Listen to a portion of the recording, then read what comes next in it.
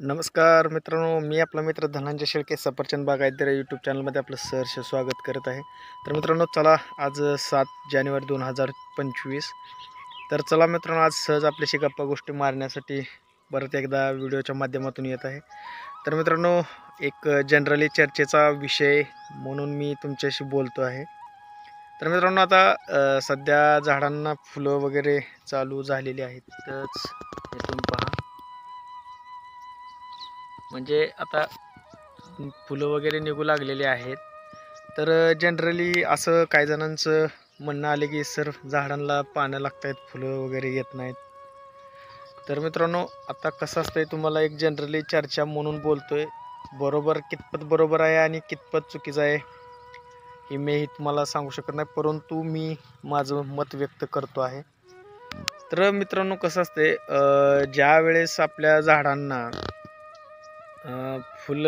फुलकळ्या वगैरे निघू लागतात, त्यावेळेस मित्रांनो सहसा झाडांना पाणी जास्त देऊ नये. थोडंसं पाणी द्यावं.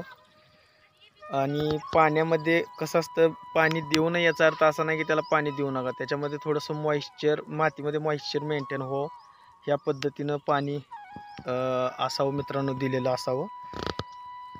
काय असतं, झाड काय करतं, फुलकळीच्या अवस्थेमध्ये जर तुम्ही जास्त पाणी दिलं तर काय होतं मित्रांनो, ते झाड जे आहे ते झाड काय करतं, झाडाची जी पोषक द्रव्य आहे ते झाडांची पानं वाढवण्यासाठी देतं.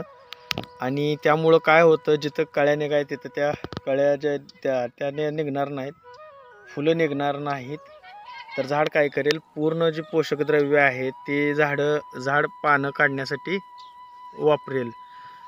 तर तुम्हाला एक गोष्ट निश्चितच माहीत असेल की तुम्ही पहा, पावसाळ्यामध्ये कधी झाडांना जास्त फुलं, म्हणजे झाडांना फुलं नसतात, फक्त झाडांची शाखीय वाढ होत असते, ग्रोथ होत असते. तर पाणी देऊ नका याचा अर्थ असा नाही की झाडांना पाणी द्या, पण त्याची मर्यादा असावी. जास्त पाणी देऊ नका. जास्त पाण्यामुळे झाडं काय करतात, शाखीय वाढ करत असतात. आणि शाखीय वाढ केली तर निश्चितच तुमच्या झाडांना फुलधारणा वगैरे होणार नाही. तर त्यामुळं कसं आहे, झाडांना पाणी देताना थोडंसं मर्यादा असावी त्याला, की ज्यामुळं तुमच्या झाडांना फ्लावरिंग वगैरे खूप छान पद्धतीनं होऊन जाईल आणि झाडांची शाखीय वाढ होणार नाही. तर याचं एक जनरली उदाहरण म्हणून मी तुम्हाला पावसाळ्याचं दिलं, कारण पावसाळ्याच्या दिवसामध्ये पहा तुम्ही, झाडं हिरवीगार दिसतात आणि झाडांची ग्रोथ जास्त असते. तर ह्यासाठी फुलोऱ्या अवस्थेमध्ये वगैरे थोडंसं कळ्या निघायच्या अवस्थेमध्ये झाडांना पाण्याचं प्रमाण थोडंसं कमी असावं. कमी म्हणजे याचा अर्थ असा नाही की जास्तही नसावं आणि जास्त कमीही नसावं, जेणेकरून जमिनीमध्ये मॉइश्चर मेंटेन होईल आणि झाडाची गरज पूर्ण होईल इतपत असावं. तर ही एक मुद्दा आहे. त्याचबरोबर जर तुम्हाला दुसरा मुद्दा सांगायचा झाला मित्रांनो, तर बदलतं वातावरण, म्हणजे वातावरण कसं आहे हे वातावरणावर पण जास्त डिपेंड आहे मित्रांनो. तर ह्याही गोष्टी तितक्याच महत्त्वाच्या आहेत. बदलतं वातावरण. त्याच पद्धतीनं तिसरी गोष्ट जर सांगायचं झालं तर मित्रांनो, झाड जर जास्त डॉर्मन्सीला गेलेलं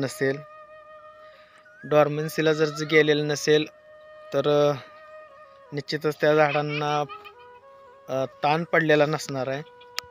ताण न पडल्यामुळे निश्चितच झाड फुलं कळ्या वगैरे काढणार नाही, किंवा त्याला नत्राचं प्रमाण जर जास्त झालं असेल तर ते झाड फुलांच्या ऐवजी त्या झाडाच्या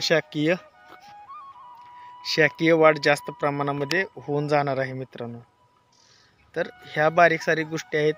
त्याचबरोबर काही झाडांचं कसं असतं मित्रांनो, डॉर्मेन्सी जी आहे ती डॉर्मेन्सी, काही झाडं डॉर्मेन्सीमधून पटकन बाहेर पडतात, तर काही झाडं डॉर्मेन्सीमधून बाहेर पडण्यास थोडा उशीर घेतात. काही झाडांना पाणी दिल्यानंतर पटकन फुलं लागून जातात, तर काही झाडांना थोडासा उशीर लागतो मित्रांनो. हे कसं असते, जिथली तिथली माती असेल, त्या जमिनीचं मॉइश्चर कसं मेंटेन, म्हणजे ज्या त्या वातावरणावरती मित्रांनो हे डिपेंड आहे बरं का. आणि साधारण फुलं, काही जणांच्या बागेला फुलं नसतील ही लागलेली, तर त्यांच्या बागेला फुलं साधारण मकर संक्रांतीनंतर लागून जातील. तर ह्या बारीक सारीक गोष्टी आहेत. काय मित्रांनो, तुमची जमीन कशी आहे काय आहे ह्याचा मलाही अंदाज नाही.